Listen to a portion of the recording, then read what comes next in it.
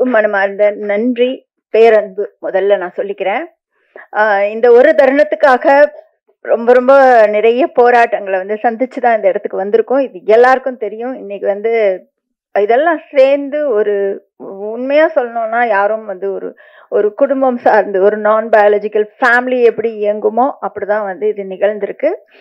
நான் ரொம்ப சாதாரணமான ஒரு நடுத்தர ஆசிரியர் குடும்பத்திலிருந்து வந்தவள். எனக்கும் சினிமாவுக்கும் எந்த சம்பந்தமும் கிடையாது. கலை ரீதியாக வாசித்து அதுக்கப்புறம் அது தொடர்ந்து எழுதி அதன் மூலமாக வாழ்க்கை ஒரு கட்டத்துல கொண்டு போய் நிப்பாட்டும் பொழுது பொருளாதார ரீதிக்காக அதை தேடுறதுக்காக நான் ஆர்ஜே ஆனேன்.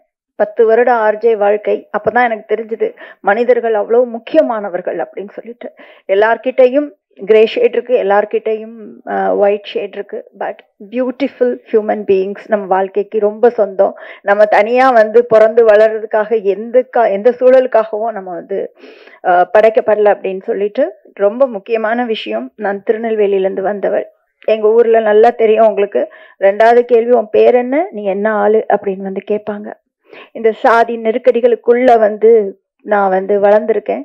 நீங்க பெரும்பாலான தமிழ் சினிமாக்கள்ல ஆண்கள் மீசையெல்லாம் முறுக்கிட்டு வெட்டருவா எடுத்துட்டு நான் போட்டு தள்ளிடுவேன் அப்படின்னு சொல்லி பார்த்துருக்கீங்க. உண்மை அது அல்ல. இன்னைக்கு கவினா இருக்கட்டும், இன்னைக்கு தொடர்ந்து ரித்தன்யாக்கள் எல்லோரும் மரணிப்பதற்கு பின்னால் ஒரு சின்ன சமூக சூழ்ச்சி இருக்கு. அது ரொம்ப அமைதியா இருக்கு. நீங்க எந்த பெண்ணையும் எப்போதுமே சாதி அடையாளத்தோட பார்க்கவே மாட்டீங்க. ஆனா பெண்கள் ஒரு குடும்ப அமைப்புல நிறைய சாதி அதிகாரத்தை கையில உள்ளவங்களா தான் இருக்காங்க. அவங்க படிச்சவங்களா இருக்கலாம். நீங்க பாத்தீங்கன்னா கல்வி எங்க ஊரை மீட்டெடுத்துரும் அப்படின்னு நினைச்சோம். ஆனா கல்வி மீட்டெடுக்கல. நல்லா சம்பாதிக்கிற கவின் வெட்டப்பட்டான். இதுதான் எங்க ஊருடைய நிலைமை அப்படிதான் இருக்கு. அப்போ என் வாழ்க்கையில எப்படி நான் என்னுடைய தேர்வை நிராகரித்து என் வாழ்க்கை பல்வேறு திசைகள்ல போனோம். நம்ம ஒரு கனவு கண்டிருப்போம் இல்லையா, ஒரு பெண்ணா நம்ம வாழ்க்கை இப்படித்தான் போகணும்னு சொல்லிட்டு. அது கலைச்சு போடும் பொழுது, சீட்டுக்கட்டு மாதிரி கலையும் போது வாழ்க்கை நம்மளை கையை பிடிச்சி கூட்டிட்டு போகும். நமக்கு வேற வழி இருக்காது. நம்ம அது பின்னாடி போக வேண்டிய ஒரு நிர்பந்தம் இருக்கும். ஆனால் திரும்ப வாழ்க்கை எதை நோக்கி உங்களை நீங்க நேசிக்கிறீங்களோ அதை நோக்கி எடுத்துட்டு போகும். ஒரு பெண் தமிழ் சினிமால நிறைய வந்திருக்கு ஆண்கள் பார்வையில பெண்கள் எப்படி அப்படின்னு சொல்லிட்டு. ஆனா பெண்களுடைய கதைகள் சொல்லப்பட்டிருக்கா ஆத்மார்த்தமா, உண்மையா, அவங்க என்ன நேசிக்கிறாங்க, அவங்க என்ன தேர்வு செஞ்சதை விரும்புறாங்க, அவங்க என்ன சாப்பிட விரும்புறாங்க, சின்ன சின்ன விஷயங்கள் குறித்து இருக்குதா அப்படின்னா நான் பல விஷயங்கள் இருக்குது. ஆனால் ரொம்ப ஆத்மார்த்தமா ஒரு பெண்ணால் படைக்கப்பட்ட படைப்புகள்ல இது ஒன்றாக இருக்கும்னு நினைக்கிறேன். ஏன்னா இது என் வாழ்க்கை சார்ந்த கதை. இதுல போலித்தனம் இல்லை. இதுல உண்மையை தவிர வேற எதுவுமே இல்லை. இதுல ஆண்கள் ஒருத்தர் ஒருத்தர் நேசிப்பாங்க.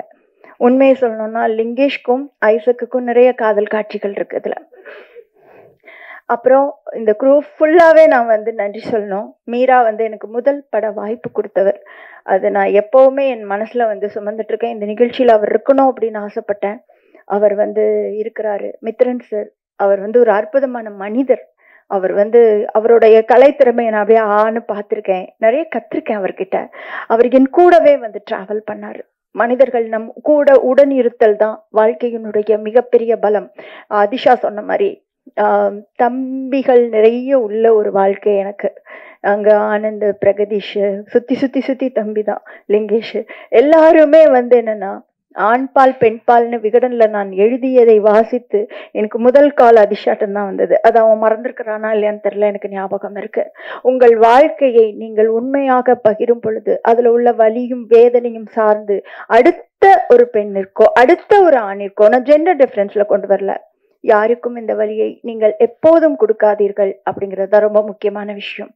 அண்ட் நான் அங்கிருந்து வந்தவள். நீங்க எல்லாம் கேமராவோட உட்காந்துருக்கீங்கல்ல, அங்கிருந்து நான் வந்திருக்கேன். பேட்டிக்காக இருந்திருக்கேன்.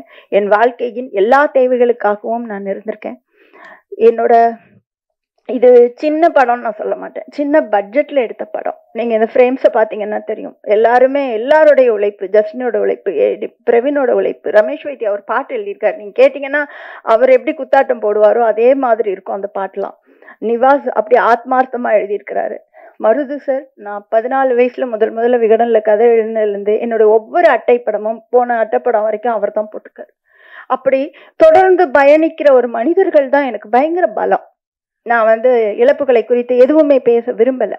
இதெல்லாம் இந்த இழப்புகள் எல்லாம் சந்திக்கும் போது இந்த மனிதர்களை எல்லாம் எனக்கு வாழ்க்கை வந்து தந்திருக்கு அப்படிங்கிற ஒரு விஷயம். நான் பிரஸ்ல இருந்திருக்கேன். நான் பிரஸ்ஸை ரொம்ப நம்புறேங்க. இந்த மாதிரியான ஒரு முயற்சியை ஒரு தயாரிப்பாளர் வந்து என்னை பார்க்கவே இல்லை. அவருக்கு நான் யாருன்னு தெரியாது. என்னோட எழுத்துக்கள் வேணா பரிச்சயமா இருக்கும். அவர் ஒரு போன்ல ஒரு கதை சொன்னதை வச்சு என்னை நம்பி ஒரு பணம் முதலீடு பண்றாருன்னா நான் அவருக்கு 200% உண்மையா இருக்கணும்னு நினைப்பேன்.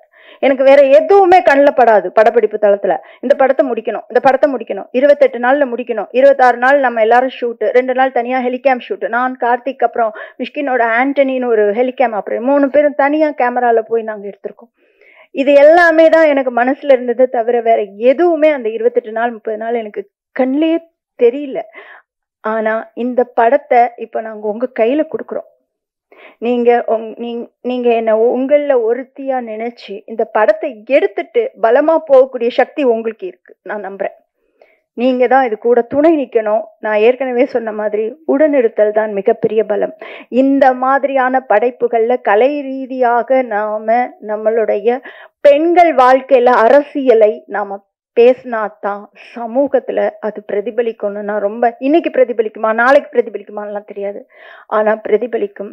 கண்டிப்பா அடுத்த திருநெல்வேலில இருந்தோ தெற்கு பகுதிகளில் இருந்தோ படம் எடுக்க வரக்கூடிய தமயந்திகள் ரொம்ப சந்தோஷமா ஒரு படத்தை எடுப்பாங்க. நன்றி, வணக்கம்.